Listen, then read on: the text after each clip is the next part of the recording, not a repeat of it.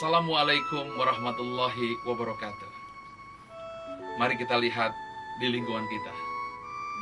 Manusia begitu sibuk merancang bangunan-bangunan, merancang gedung-gedung, desain arsitektur yang hebat, dan mempelajari bagaimana membangun desain-desain gedung yang hebat, pabrik yang hebat. Begitu juga manusia dari dunia mode. Mereka merancang pakaian yang indah, gaun-gaun yang indah, kemudian lahir industri mode yang luar biasa. Tapi yang dibangun hanyalah dimensi fisik.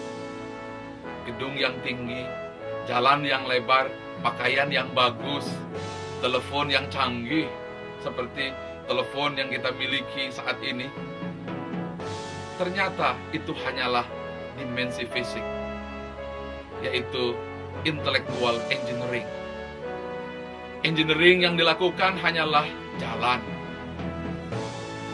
gedung, atau paling tinggi hanya dimensi fisik, penampilan, dan pakaian. Tapi pernahkah kita berpikir bagaimana kita bisa merancang, bangun, atau engineering emosi dan spiritual kita? Sudahkah kita menata kelola emosi kita? Sudahkah kita menata kelola spiritual atau hati kita?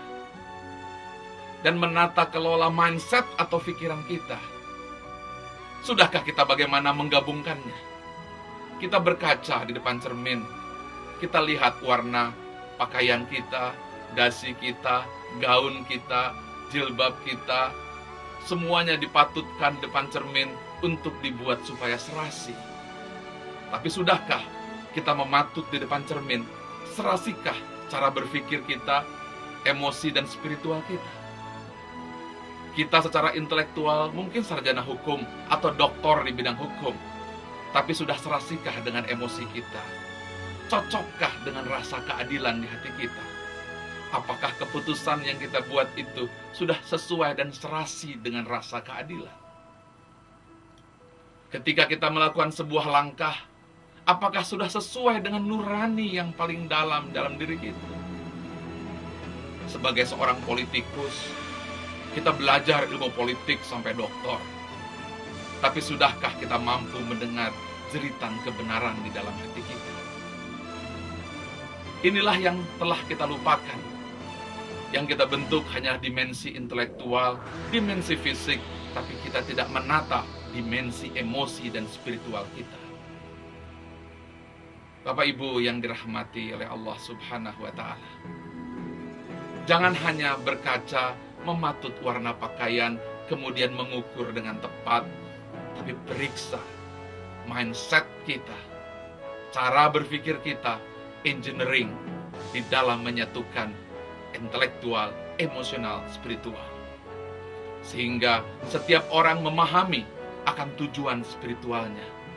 Ketika menjadi seorang sarjana hukum, itu adalah intelektualnya, tapi tujuan spiritualnya menegakkan keadilan.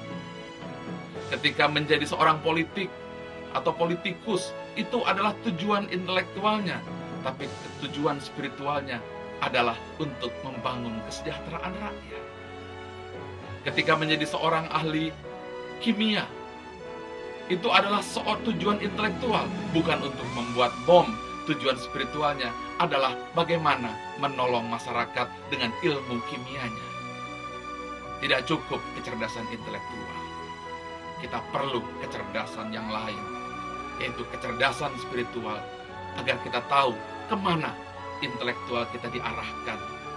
Dengan kecerdasan emosi, mampu merasa apakah sudah sesuai dengan kebenaran, keadilan, dan hakikat bisikan suara hati di dalam jiwa manusia. Assalamualaikum warahmatullahi wabarakatuh.